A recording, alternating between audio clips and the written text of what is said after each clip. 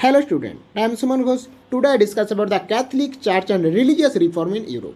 I have already discussed about class 9th history first chapter and geography first and second chapter. If you need full course completed in your social science, please subscribe my channel. So today's topic is the Catholic Church and religious reform in Europe.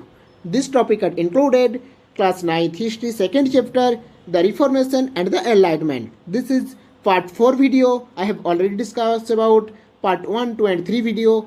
So you move to description box and firstly you start part 1, part 2 and part 3 video. Then you will start part 4 video. So let's start.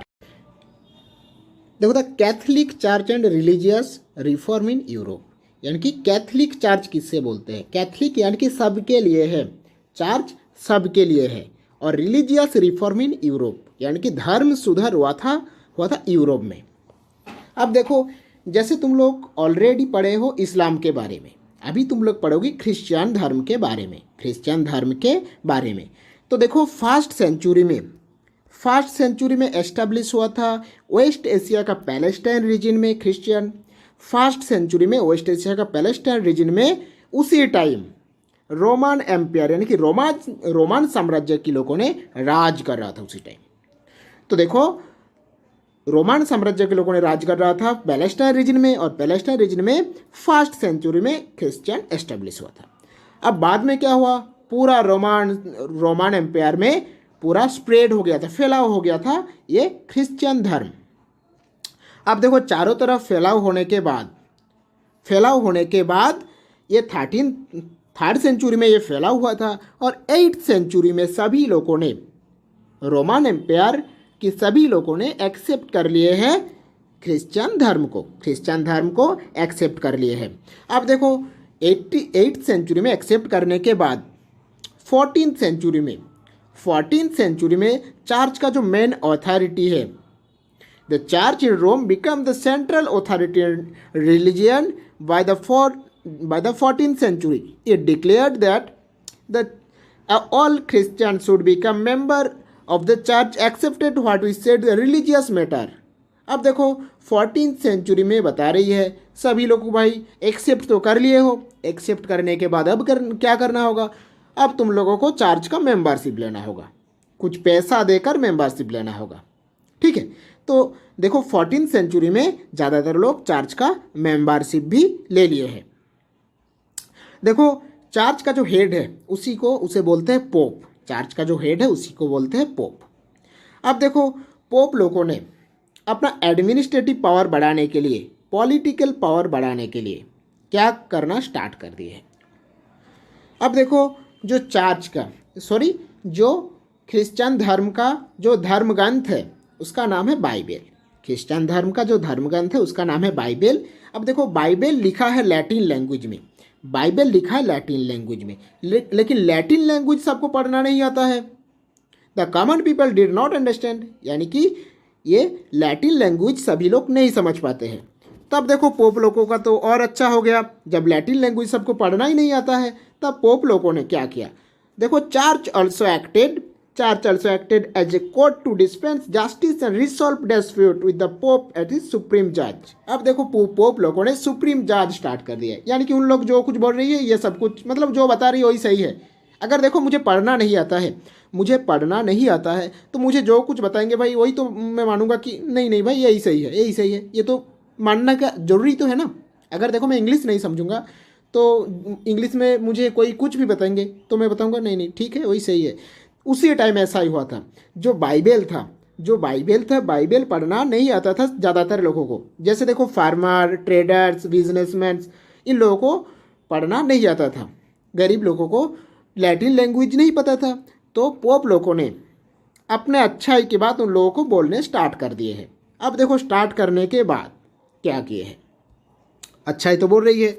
अब क्या होता है, the church had acquired first landed property over the years manage like feudal landlords, यानी कि land owners, यानी कि church लोगों ने क्या करना स्टार्ट कर दिए। देखो अब देखो चर्च लोगों ने जमींदार लोगों के ऊपर टैक्स लगाना स्टार्ट कर दिए हैं। जितने सारे जमींदार हैं रोमन एम्पायर में सभी लोगों के ऊपर टैक्स लगाना स्टार्ट कर दिया। 10% टैक्स चर्च में देना होगा उन लोगों को, जमींदार लोग जितने सारे टैक्स कलेक्ट कर रही है उसका 10% टैक्स जमींदार लोग किसान लोगों से टैक्स कलेक्ट करते हैं और 10% टैक्स देना ही होगा, 10% टैक्स देना होगा चार्ज में।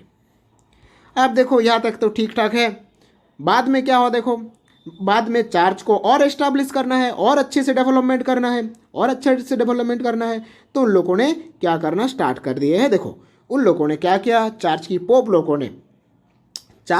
लोगों ने एक माफ़ीनामा स्टार्ट कर दिए हैं, एक माफ़ीनामा स्टार्ट कर दिए। यानी कि कोई भी कुछ क्राइम करते हैं तो क्राइम से बचने के लिए क्राइम कर दिए हैं। अभी देखो पनिशमेंट के थ्रू उन लोगों ने बता रही है कि बाइबल में ऐसा लिखा है कि अगर तुम कुछ भी पाप किए हो, कुछ क्राइम किए हो, मर्डर किए हो, तो तुम पनिशमेंट के थ्रू एक इंडलजेनेसिस यानी कि एक माफ़ीनामा खरीद लो, एक माफ़ीनामा खरीद लो। ये माफ़ीनामा खरीदने के बाद तुम्हें माफ़ी मिल जाएगा, तुम्हें माफ़ी मिल जाएगा।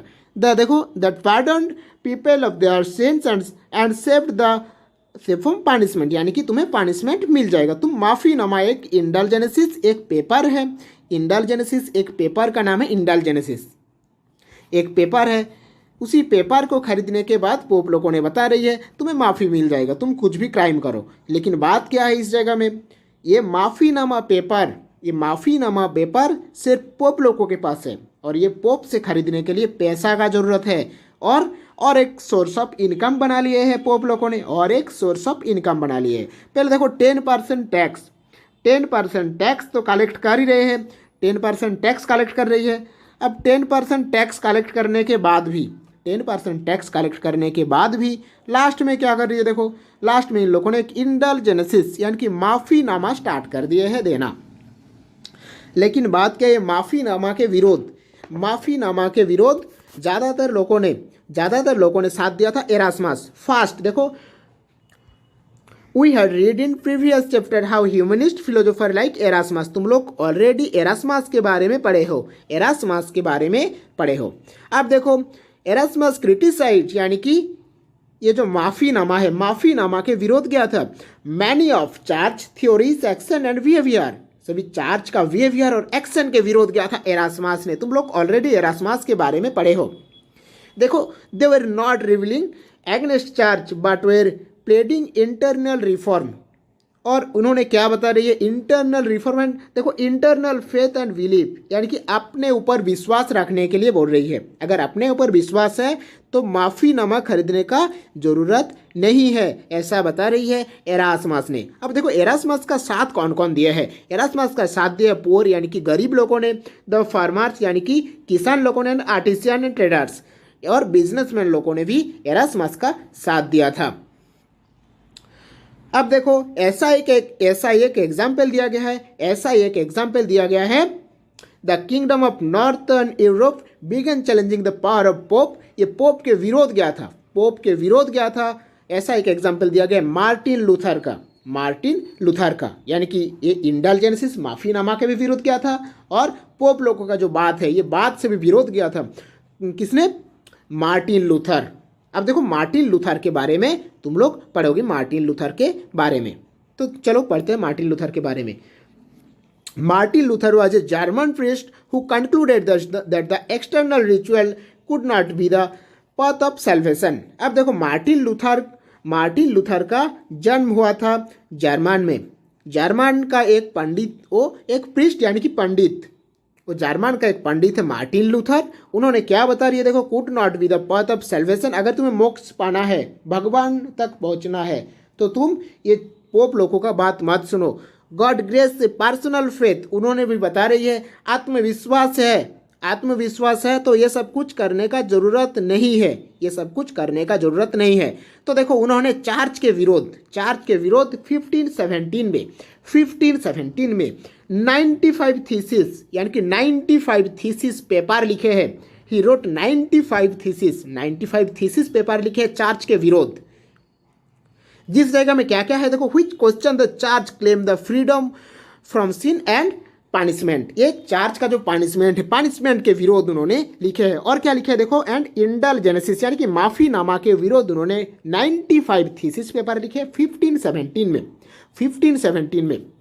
अब देखो जब ये 95 पेपर लिखे हैं चार्च के खिलाफ, चार्च के विरोध, ये सब कुछ लिखने के बाद क्या हुआ, ये 95 थीसिस पेपर देखो, his letter to the church was printed a large number of spread with throat, ये सभी लोगों के पास पहुंच गया ये 95 थीसिस पेपर, ये जो मार्टिन लूथर ने लिखे हैं चार्च के विरोध, आत्मविश्वास के ऊपर बेस करने के लिए सभी लोगों को बोल रही है। और ये इंडलजेनेसिस खरीदने के विरोध इन्होंने लिखा था ये, कि ये माफ़ीनामा मत खरीदो। तब देखो जब ये सभी लोगों के पास पहुंच गया तब पोप लोगों का तो बहुत ज़्यादा लॉस हो गया। अब देखो लॉस होने के बाद, पोप लोगों का ज़्यादा लॉस होने के बाद उन लोग मार्टिन लूथर को रखेंगे क्या? तो उन लोग क्या डिक्लेयर कर दिए देखो, the pope declared Luther a heretic, anti religious and excommunicated with वनिस from his Catholic faith in 1520। अब देखो 1520 में पोप लोगों ने एंटी रिलीजियस यानी कि धर्म के विरोध बोलकर मार्टिन लूथर को धर्म से बाहर निकाल दिया, यानी कि क्रिश्चियन धर्म से बाहर निकाल दिया। और पोप लोगों ने बोलने लगा कि ये धर्म के विरोध जा रही है, ये हुआ था 1520 में पोप लोगों ने बाहर निकाल दिया था मार्टिन लूथर को। अब देखो बाहर निकालने के बाद भी क्या हुआ था, Luther published 3 book that same year, यानी कि 1520 में लूथर ने पब्लिश किए हैं और 3 बुक, जिस जगह में क्या लिखा है, कॉमन पीपल के बारे में, about the church the common people के विरोध जो लड़ाई चल रहा था, कॉमन पीपल के बारे में उन्होंने लिखे हैं मार्टिन लूथर ने। अब देखो जब ये चारों तरफ फैलाव होने लगा, his theological idea form the basic of Protestant reformation, और ये जो 3 बुक लिखे हैं धर्म, ये चार्च लोगों के खिलाफ, इसी को बोल रही है Protestant Reformation, seeing the most support for Luther, ये लूथर को सपोर्ट किए। अब देखो लूथर जब ये 3 बुक लिखे हैं 1520 में, लूथर को सपोर्ट किए हैं, उस जगह का राजा लोगों ने भी लूथर का साथ दिया था। And man small feudal state in Germany, अब देखो और जर्मनी का बहुत छोटा स्टेट भी लूथर का साथ दिए है, मार्टिन लूथर का। हर Catholic king protest their religious right 1555, अब देखो 1555 में कैथलिक किंग यानी कि उसी जगह का राजा ने भी साथ दिए हैं, किसका, मार्टिन लूथर का। अब देखो मार्टिन लूथर का जो प्रोटेस्टेंट रिफॉर्मेशन है या प्रोटेस्टिज्म है, यानी कि कॉमन पीपल को पोप लोगों से बचाना, इसी को बोलिए प्रोटेस्टेंट रिफॉर्मेशन। ये प्रोटेस्टेंट रिफॉर्मेशन का और साथ दिया था और प्रभावित किए हैं किन को, देखो ये प्रभावित किए लूथर, कैल्विन, जिंगली, ये इन लोगों को प्रभावित किए हैं। Let us examine main features of Protestantism. अब देखो प्रोटेस्टिज्म मीन्स क्या है, प्रोटेस्टिज्म के बारे में अभी बता रही है। Even through in content many said it had some common features. Fastly Protestant लोगों ने क्या बिलीव करते, विश्वास क्या करते, द सेल्वेशन, मोक्ष अगर लाभ करना है यानी कि भगवान के पास अगर पहुंचना है, can only the achieve through personal faith God grace, यानी कि अपने ऊपर विश्वास रखो। अगर मोक्ष लाभ करना है तो तुम अपने ऊपर विश्वास रखो। This mean the people did not need a priest perform this duties. अब देखो तुम्हें जरूरत नहीं है, कुछ पंडित का जरूरत नहीं है, अगर तुम्हारे अपने ऊपर विश्वास है तो कुछ प्रीस्ट यानी कि कुछ पंडित का जरूरत नहीं है। They even believe the every Christian could become a priest to reach God, भगवान तक पहुंच सकते हो तुम भगवान तक पहुंच सकते हो, किसी भी प्रीस्ट का जरूरत नहीं है, तब भी तुम भगवान तक पहुंच सकते हो। देखो the Protestant said people should practise their faith and reading the Bible themselves. और उन्होंने एक बहुत अच्छा बात बताई है, देखो, और मार्टिन लूथर ने बता रही है सभी प्रोटेस्टेंट को, यानी कि जिन लोगों ने पोप लोगों के खिलाफ गया थे, लोगों को बता रही है कि तुम लोग घर पर भी बाइबल पढ़ सकते हो, कोई चर्च जाने का जरूरत नहीं है, तुम घर पर भी बाइबल पढ़ सकते हो, और बाइबल पढ़कर बाइबल का जो मेन मीनिंग है उसी को तुम समझ सकते हो, घर पर भी पढ़ सकते हो और समझ सकते हो। लेकिन बात क्या लैटिन लैंग्वेज में है, लैटिन लैंग्वेज तो किसी को पढ़ना नहीं आता है। तो देखो मार्टिन लूथर ने 1522 में ट्रांसलेट कर दिया है बाइबल को ट्रांसलेट कर दिया है, देखो जर्मन लैंग्वेज में, लैटिन लैंग्वेज से जर्मन लैंग्वेज में उन्होंने ट्रांसलेट कर दिए हैं। अब देखो जब जर्मन लैंग्वेज में ट्रांसलेट कर दिए हैं तब सभी लोग पढ़ पा रही है। जैसे को कुछ भी इंग्लिश बुक सभी लोगों को पढ़ना नहीं आता है, अगर उसी इंग्लिश बुक को मैं लोकल लैंग्वेज में, जैसे छत्तीसगढ़ का लोकल लैंग्वेज है छत्तीसगढ़िया, या देखो हिंदी लैंग्वेज तो सबको शायद पढ़ना आता है, तो देखो इंग्लिश लैंग्वेज का बुक अगर मैं हिंदी में ट्रांसलेट कर दूंगा तो सभी लोगों के पास पहुंच जाएगा और ये बुक में क्या है क्या नहीं है सभी लोग समझ जाएंगे। तो उन्होंने देखो सभी लोगों के पास पहुंचा दिए हैं जर्मन लैंग्वेज का बाइबल, यानी कि 1522 में लूथर ने ट्रांसलेट किया है जर्मन लैंग्वेज में बाइबल, जो लैटिन लैंग्वेज में पहले था। अब देखो all this had a deep impact the Catholic church, और ये ज़्यादातर प्रभावित किया था कैथलिक चर्च को, क्योंकि देखो पोप लोगों ने तो लैटिन लैंग्वेज जो कुछ दूसरे लोगों को समझा रहे थे वही समझ रहे थे सभी लोग, लेकिन अभी तो ऐसा नहीं चलेगा क्योंकि खुद पढ़ रही है सभी लोग बाइबल घर पर बैठकर और जर्मन लैंग्वेज में, तो सभी लोग समझ गया है ये पोप लोगों का मेन फंडा क्या है। ठीक है, अब देखो it led to reform movement within the church itself which is called Counter Reformation, और ये जो पोप लोगों के खिलाफ गया था इसी को बोल रही है काउंटर रिफॉर्मेशन, इसी को बोल रही है counter reformation. The Reformation did not just end some the shortcoming in Catholic region, ये देखो ये प्रभावित किया था सिर्फ जर्मन को ही नहीं, ये पूरा यूरोप को प्रभावित किए हैं। ठीक है, चलो इस क्लास में यहाँ तक ही है, नेक्स्ट क्लास में हम लोग और देखेंगे। Thank you.